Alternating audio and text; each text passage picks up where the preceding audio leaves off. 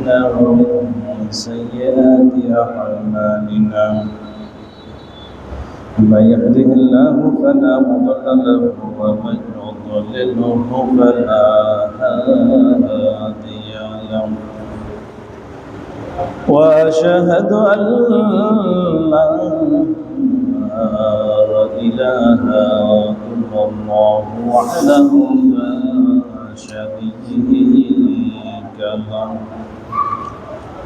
الذي أرسله بالحق بشيرا ونذيرا وداعيا إلى الله بإذنه وسراجا منيرا فقد قال الله تعالى في كلامه المجيد وقرآنه الحميد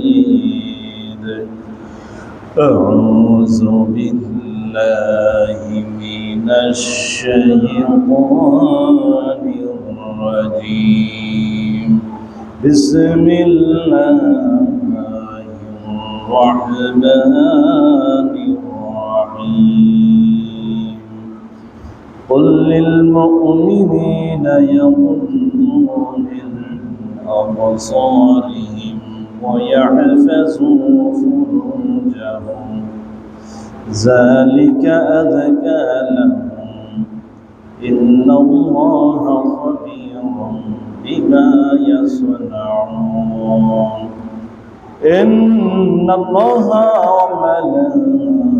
وملائكته يصلون على النبي يا أيها الذين آمنوا صلوا عليه وسلموا تسليما اللهم صل على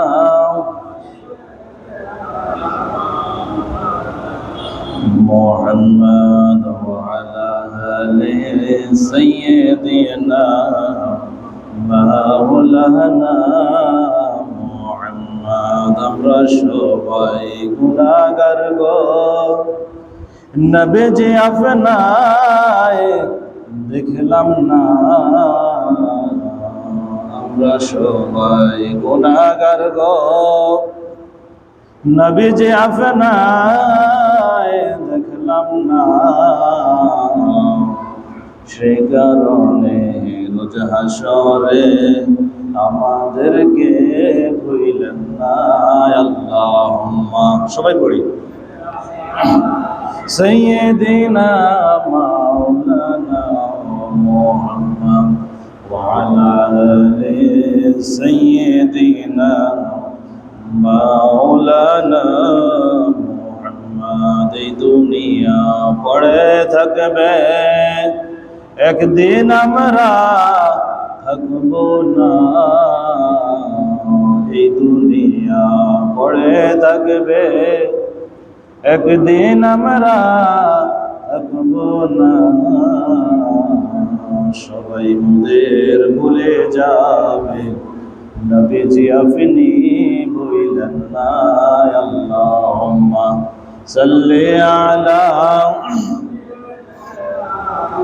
মাওলানা মুহাম্মদ ওয়া আলা আলি সাইয়্যিদিনা মাওলানা মুহাম্মদ আলহামদুলিল্লাহ সমস্ত প্রশংসা আল্লাহর যে মহান রব যে মহান মনিব আমাদেরকে যাচাই করে বাছাই করে আল্লাহর অগণিত বান্দাদের মধ্য থেকে প্রিয় মানুষ হিসেবে কবুল করলেন দুনিয়ার সকল ব্যস্ততা থেকে মুক্ত রেখে মসজিদে আসার সুযোগ করে দিলেন যে মহান রব সেই রবের নিকট আমরা সকলেই শুকরিয়া হিসেবে করছি আলহামদুলিল্লাহ সম্মানিত মুসল্লিয়ান কিরাম মুরব্বিয়ান আযম এলাকাবাসী আজকের জুমায় আমরা আমাদের ধারাবাহিক আলোচনার মধ্যে একটি আয়াত আমি খুতবার শুরুতে তেলাওয়াত করলাম সেই আয়াতটা সূরাতুন নূরের 30 নং আয়াত কোন সূরা সূরাতুন নূর আয়াত নং 30। এই আয়াতের মধ্যে আল্লাহ তাআলা পবিত্র কোরআনুল কারীমে মুমিন পুরুষদেরকে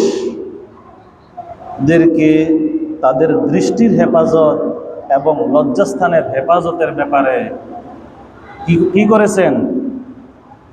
কঠিন নির্দেশনা দিয়েছেন। কিসের হেফাজত? একটা হলো দৃষ্টির হেফাজত, চোখের হেফাজত, আরেকটা হলো লজ্জাস্থানের হেফাজত। কারণ মানুষ যখন অপকর্মে জড়িত হয়, মানুষ যখন খারাপ কাজে জড়িত হয়, তো সর্বপ্রথম সে এমনি এমনি খারাপ কাজে ঝুঁকে পড়ে না। সর্বপ্রথম তার চোখ দিয়ে সে এটা দেখে, পরনারীকে দেখে, অথবা খারাপ কিছু সে এই চোখের মাধ্যমে এটা দেখে। দেখার পর তার ব্রেনে একটা খারাপ আসর হয়। তার ব্রেনে শয়তানি কি করে? কুমন্ত্রণা দিয়ে তাকে খারাপ কাজের নামায়, ঠিক কি না? এই কারণে আল্লাহ তাআলা সূরাতুন নূরের 30 নং আয়াতে দৃষ্টিশক্তির হেফাজত, চোখের হেফাজত এবং লজ্জাস্থানের হেফাজতের ব্যাপারে আল্লাহ তাআলা গুরুত্ব আরোপ করেছেন। আল্লাহ তাআলা বলেন, কুল্লিল মুমিনিনা, আল্লাহ তাআলা বলেন, কুল্লিল মুমিনিনা ইয়াগুদ্দু মিন আবসারিহিম ওয়া ইয়াহফাযু ফুরুজাহুম যালিকা আযকা লাকুম ইন্নাল্লাহা খাবীরুম বিমা ইয়াসনাউন। আল্লাহ তাআলা বলেন, ও ঈমানদারেরা শোনো। কুল্লিল মুমিনিন বলা হলো, ও ঈমানদারেরা যারা আমাকে না দেখেই রব হিসাবে মানো, আমাকে না দেখেই তোমরা রব হিসাবে গ্রহণ করেছো, তোমরা শোনো। তোমাদের করণীয় হলো ইয়াগুদ্দু মিন আবসারিহিম, তোমরা তোমাদের বাসার, তোমরা তোমাদের দৃষ্টিকে অবনত রাখো। রাস্তায় হাঁটার সময়, দোকানে বসলে, রাস্তা দিয়ে হাঁটলে, কারো বাড়িতে ঢুকলে আল্লাহ তাআলার আদেশ হলো চোখ নিচের দিকে রাখো। কোন দিকে রাখো? চারিদিকে তাকানোর দরকার নাই। রাস্তায় হাঁটতেছে চতুর্দিকে পুরুষ যায়, মহিলা যায়, বাচ্চা যায়, বড় মানুষ যায়, যুবতী যায়, বৃদ্ধ মা বোন যায়। আল্লাহ তাআলার আদেশ হলো রাস্তা দিয়ে অনেক মানুষ হাঁটবে, চতুর্দিকে উপরের দিকে তাদের চেহারার দিকে তাকানোর দরকার নাই, চোখটা নিচের দিকে দিয়ে হাঁটো। বলি আল্লাহু আকবার।